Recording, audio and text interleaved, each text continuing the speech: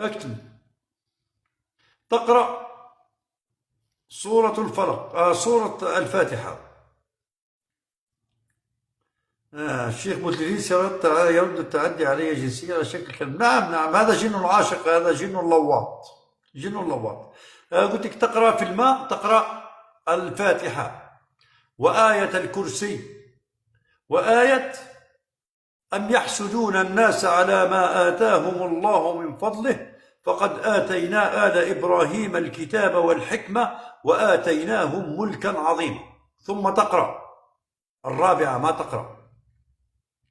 تقرأ وإن يكاد الذين كفروا ليزلقونك بأبصارهم لما سمعوا الذكر ويقولون إنه لمجنون وما هو إلا ذكر للعالمين. ثم تقرأ سورة الفلق، قل أعوذ برب الفلق من شر ما خلق ومن شر غاسق إذا وقب ومن شر النفاثات في العقد ومن شر حاسد إذا حسد واشرب الماء فإن أصابك دوران فاعلم أن بك عين حر.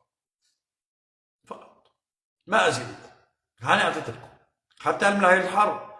إن كنت تريد أن تعلم أن بك سحرا، نعم نعم هذه هي أحسن. أما إن كنت تريد أن تعلم أن بك سحر فأتي بكأس من الماء.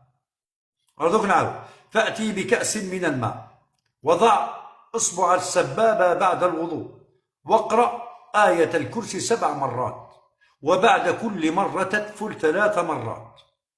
المرة الأولى تدفل، والثانية والثالثة إلى السابعة. تدفل يعني ليس أريق بل هواء. واشرب الماء فإن شعرت أن الماء ثقيلا لا تستطيع شربه فاعلم أن بك سحر. فإن شربت الماء وأن يكون جن العشر ليس سحر.